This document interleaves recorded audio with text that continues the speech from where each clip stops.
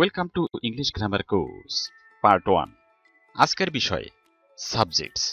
প্রথমে আমরা what is a subject এ সম্পর্কে আমরা জানব। সেন্টেন্স এ যে নাউন বা প্রোনাউন সম্পর্কে কোনো কিছু বলা হয় বা বর্ণনা করা হয় তাকে সাবজেক্ট বলে। এটি অ্যাক্টিভ অথবা ইনঅ্যাক্টিভ উভয় প্রকারের হতে পারে। হু বা হোয়াট এই দুইটা ইন্টারোগেটিভ প্রোনাউন দিয়ে প্রশ্ন করে আমরা সাধারণত সাবজেক্টকে সেন্টেন্স থেকে বের করতে পারি। হু সাধারণত ব্যক্তির ক্ষেত্রে এবং হোয়াট সাধারণত বস্তুর ক্ষেত্রে ব্যবহৃত হয়। স্ক্রিনে আমরা এক্সাম্পল দুটো একটু খেয়াল করি। রোহিত ড্রজ পিকচার্স। এখানে রোহিত সম্পর্কে তথ্য দেওয়া হচ্ছে যে সে ছবি আঁকে। রোহিত সরাসরি অঙ্কন কাজটা করে বিধায় রোহিতকে এজেন্ট হিসেবেও বলা হয়। আমরা যদি হু দিয়ে কোশ্চেন করি হু ড্রজ পিকচার্স, উত্তরটা আমরা পাই রোহিত। সুতরাং Rohit is the subject here. এই প্রকার অ্যাক্টিভ সাবজেক্ট সাধারণত অ্যাক্টিভ ভয়েসই হয়। The building was painted red. এখানে বিল্ডিংটা লাল রঙে রঞ্জিত হয়েছিল। এখানে বিল্ডিং কিন্তু নিচে নিচে রঞ্জিত হয়নি। সুতরাং বিল্ডিং ইনঅ্যাক্টিভ অথবা নন এজেন্ট হিসেবে কাজ করে। আমরা যদি একে হোয়াট দিয়ে কোশ্চেন করি হোয়াট ওয়াজ পেইন্টেড রেড, আনসারটা পাই দ্য বিল্ডিং। সুতরাং the building is the subject of the sentence. এই প্রকার ইনঅ্যাক্টিভ সাবজেক্ট সাধারণত প্যাসিভ ভয়েসে ব্যবহৃত হয়।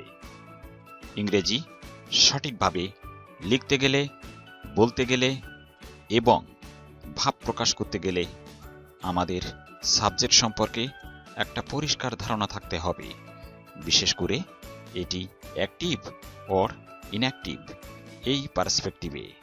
Classification of subjects. সাবজেক্টকে আমরা 3 ভাগে ভাগ করি। Number 1 simple subjects, number 2 complete subjects and number 3 compound subjects. সাধারণত যে সাবজেক্টে অনলি ওয়ান ওয়ার্ড থাকে তাকে সিম্পল সাবজেক্ট বলে। For example, water has no colour of its own. Ratul is playing badminton. এখানে ওয়াটার এবং রাতুল এই সাবজেক্ট দুটোর কোনো মডিফায়ার্স নেই এবং তারা সিঙ্গল, সেজন্যে তাদেরকে আমরা সিম্পল সাবজেক্ট বলবো। Complete subjects. যে সাবজেক্টে বেজ ওয়ার্ড বা মূল শব্দের সাথে মডিফায়ার্স থাকে তাকে কমপ্লিট সাবজেক্ট বলে। এখানে মডিফায়ার্স মূলত adjective. Let's see the examples. Dirty water is harmful. Physical exercise is necessary. এখানে ডার্টি ওয়াটার এবং ফিজিক্যাল এক্সারসাইজ এই সাবজেক্টগুলোতে ডার্টি এবং ফিজিক্যাল মডিফায়ার হিসেবে কাজ করে, সেই জন্য এই সাবজেক্ট দুটাকে কমপ্লিট সাবজেক্ট বলে। এখন আমরা কম্পাউন্ড সাবজেক্ট সম্পর্কে জানব।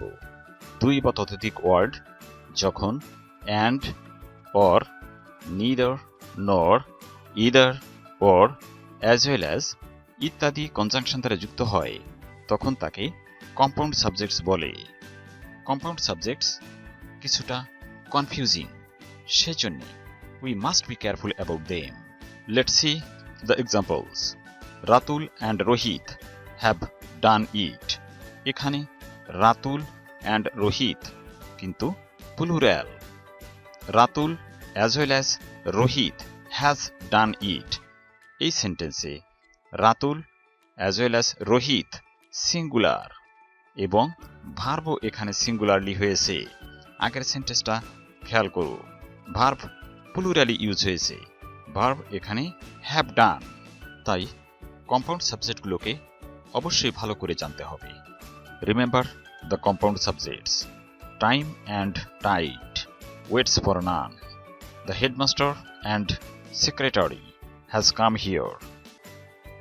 The chairman with his members has appeared. Bread and butter is my only food. এখানে সব কম্পাউন্ড সাবজেক্টগুলো সিঙ্গুলার। ওকে, আজকে আমার ক্লাসটা এ পর্যন্তই।